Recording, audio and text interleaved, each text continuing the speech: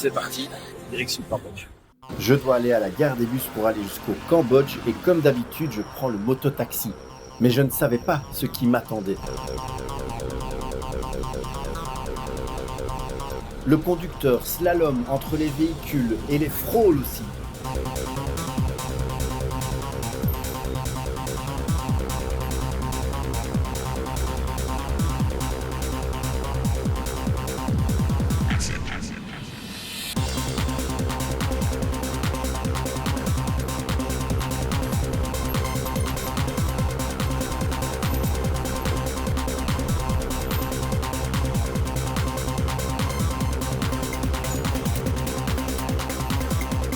Tu vas pas faire demi-tour ici.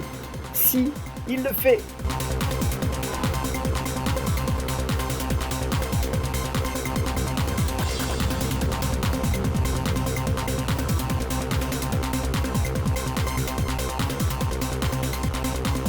Attention, la portière! Bon, je suis arrivé, mais franchement, j'étais pas sûr d'y arriver. C'était une catastrophe. Ce mec est un taré. J'ai payé 260 bahts pour 4-5 heures de bus, c'est-à-dire à peu près 7 €, donc ça va. Sauf que le gars m'a fait payer, on part dans une demi-heure. Il m'a pas donné de ticket. Il a l'air un petit peu spécial. Mais bon, voilà, je reste ici. Il y a tous les bus qui sont minibus, minivan qui sont derrière moi. Je reste à l'affût, j'ai payé, j'espère que tout va bien se passer. Donc en fait, ici, c'est un marché. C'est vraiment un fouillis total. Je suis arrivé comme ça, un petit peu, genre perdu, je savais pas où aller. Il y a un gars comme ça dans la rue qui me regarde, il fait Cambodia. Ouais. Donc peut-être parce que j'ai mon sac, le gars il savait que je partais. Spécial. Mais bon, comme d'habitude, on part à l'aventure et puis c'est un peu ça qui me plaît. C'est le goût du on sait pas. Alors ici, on vous prévient qu'il y a des pickpockets, mais alors la petite précision, c'est que les pickpockets ne sont pas taille. L'autre version possible est qu'en fait, si vous n'êtes pas taille, faites attention aux pickpockets, ce qui veut dire que les tailles normalement ne risquent rien. C'est l'autre version possible. Ah. Non. Donc là, il y a quelqu'un qui est en train de me supplier pour lui donner tout, mais je sais pas qui c'est, je sais pas ce qu'il veut. Voilà, j'ai rien compris. Donc j'ai dit non parce que je sais pas ce qu'il réclame. Je vous avais parlé des fameuses crêpes que je cherchais et là je viens de croiser juste une vendeuse là dans la rue qui vendait ça.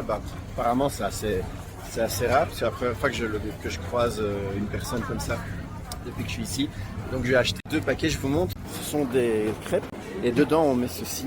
Du sucre, c'est clairement du sucre, c'est super bon. Il reste 7 minutes, je me demande s'il faudrait aller aux toilettes parce que c'est un long voyage. Il y en a justement là. Voilà, j'y suis allé et évidemment je me suis rétamé la gueule sur ces marches. Voilà, je me suis retrouvé à terre devant tout le monde, bien la honte. Bon, il est 30, j'aime pas ces trucs là où rien n'est vraiment sûr, j'ai pas de ticket, rien du tout. On va faire confiance, hein. Normalement, jusqu'ici en fait, il m'est rien arrivé de moche. On peut faire confiance et tout s'est bien passé, on va le faire une fois de plus. Bon voilà, je suis installé avec toute la déco qui va avec. Donc assez sympa, plutôt confortable. Je sais pas si je peux un peu abaisser le siège ou comme ça je peux me faire ma petite sieste.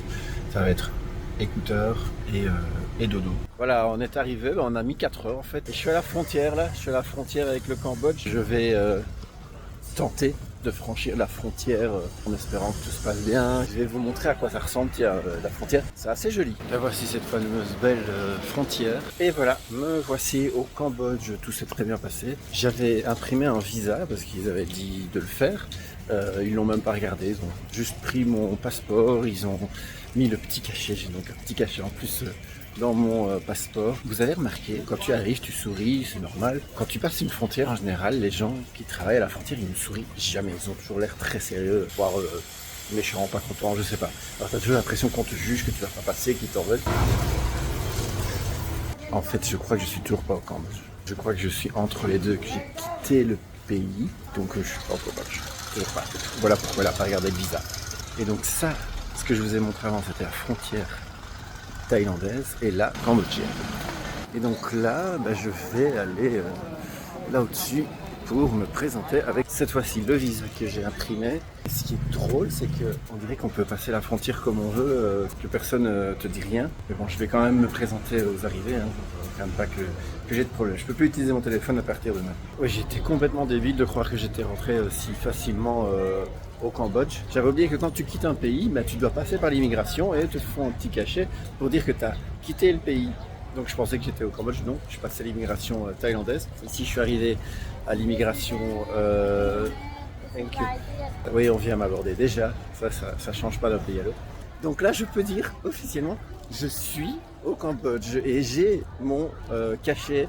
Le gars, il a mis 28 millions de cachets dans mon passeport.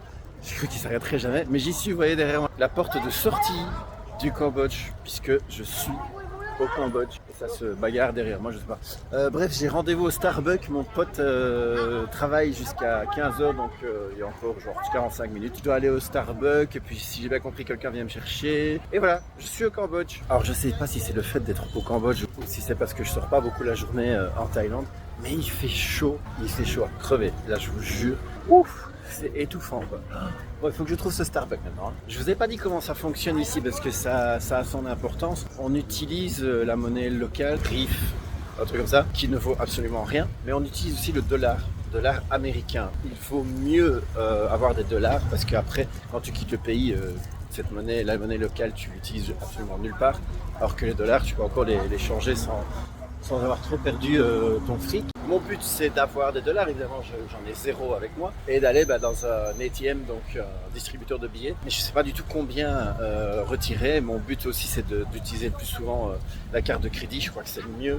Mais je vais avoir besoin de dollars. Comme dirait MC Solar, je veux des dollars. Ça commence bien, j'ai commandé, ma carte Mastercard ne passe pas. Il va falloir donc que je me trouve un distributeur de billets. Si ça fait comme ça partout, on est bien. Bon voilà, ça s'est arrangé assez rapidement. Il m'a pris des Thai-bahts, donc j'ai pu payer en monnaie thaïlandaise. Alors ce qui est drôle, c'est qu'il m'a rendu en monnaie locale, les billets locaux.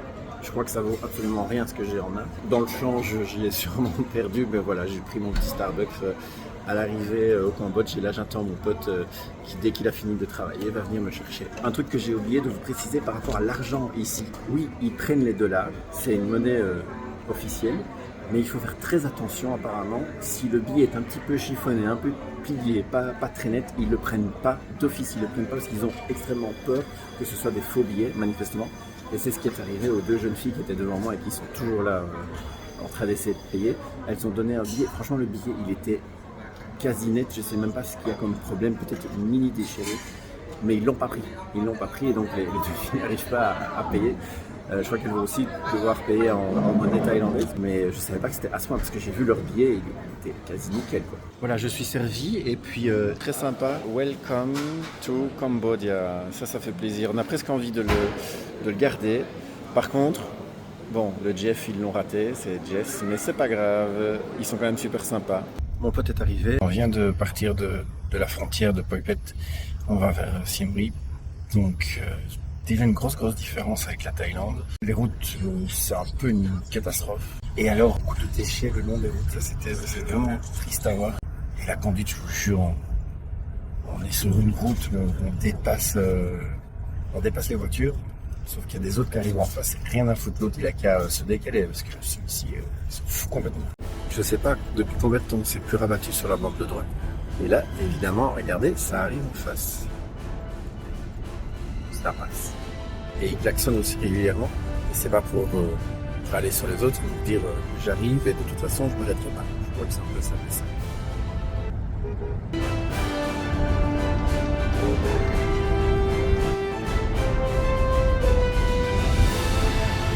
Bon, on est arrivé, c'est une petite ville sympa, franchement c'est super mignon. Voilà, avec toujours évidemment ces commerces ouverts. Ça c'est quelque chose qu'on n'a plus en Europe, il faut rentrer dans des magasins. En même temps la météo n'est pas la même ici, il fait chaud. Il est 19h, j'ai quitté l'hôtel à 10h du matin, donc en fait j'ai voyagé 10 heures. Wow, ok, j'ai voyagé 10 heures. Voilà, donc là on va aller déposer nos affaires à l'hôtel et puis on va aller manger, se détendre, peut-être un massage, je sais pas ce qu'il y a à faire ici. Ok. Petit tour de l'hôtel au Cambodge qui a coûté pas grand chose. Ah, sympa. Très sympa. Franchement. Pour ceux qui se demandaient, pour ceux qui suivent, parce que j'y pense plus, mais comment se passe mon coude? Parce que j'ai plus trop mal, donc j'y pense plus. Mais en vrai, voilà la couleur. Pas mal, hein? Bien coloré, bien mauve. J'ai plus mal, mais voilà, j'ai pris un sacré coup, quoi. Wow. C'est parti, là on est prêt pour aller manger. L'hôtel est sympa, pas mal, hein. Et on va manger de la street food évidemment. Voilà, on est dans un endroit un peu typique. Il y avait beaucoup de poissons. Moi je ne mange pas de poisson parce que j'aime pas ça, hein, tout simplement. Donc j'ai dit pas de poisson. Du coup il a commandé quelque chose, du porc je pense. J'espère que je vais aimer, hein, parce que c'est la grosse découverte. Comme ça a l'air bon. J'espère que je vais pas faire le difficile, ce serait la honte. On va tester ça.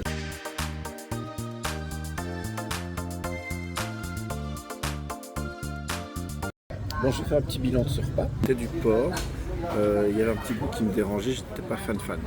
Ceci, c'était du bœuf avec un œuf dessus. Pas mal, mais froid, bizarre. Ceci, une sorte de soupe avec du bœuf dedans. J'ai bien aimé la soupe, j'adorais, c'était vraiment un truc super bon. Le bœuf qui marine avec des os, je suis pas fan donc j'en ai pas pris. C'est vrai que je suis un petit peu difficile, donc du coup je touche un petit peu à chaque truc, mais pas complètement à tout. On peut se demander pourquoi je mange de la street food quand je suis difficile, mais bon voilà, c'est comme ça. Si je dois comparer avec la Thaïlande, j'avoue que j'ai pas été transcendé et que la Thaïlande reste toujours au-dessus niveau street food. À mon avis, on arrive dans une rue un peu plus animée, puisqu'elle s'appelle Pub Street. Donc ça doit être que des bars, mais c'est très coloré. Si je dois faire une comparaison, c'est qu'ici tout est extrêmement coloré. Avec une belle lune là. Comme dessert, je me laisse tenter par une petite crêpe chocolat banane. C'est assez fin, à mon avis c'est assez gras aussi. Et puis c'est très bon aussi. Hop, c'est avec un œuf dessus. Et puis il mettra un topping de chocolat dessus. Et voilà le chocolat. Toujours dans cette rue animée, bien sympa ici là. Et là, on va boire un verre.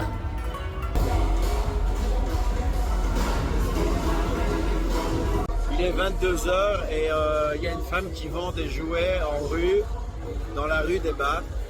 Normal quoi. En même temps, il y a des enfants qui s'amusent bien. Donc s'il y a des enfants, pourquoi pas de jouets? Logique.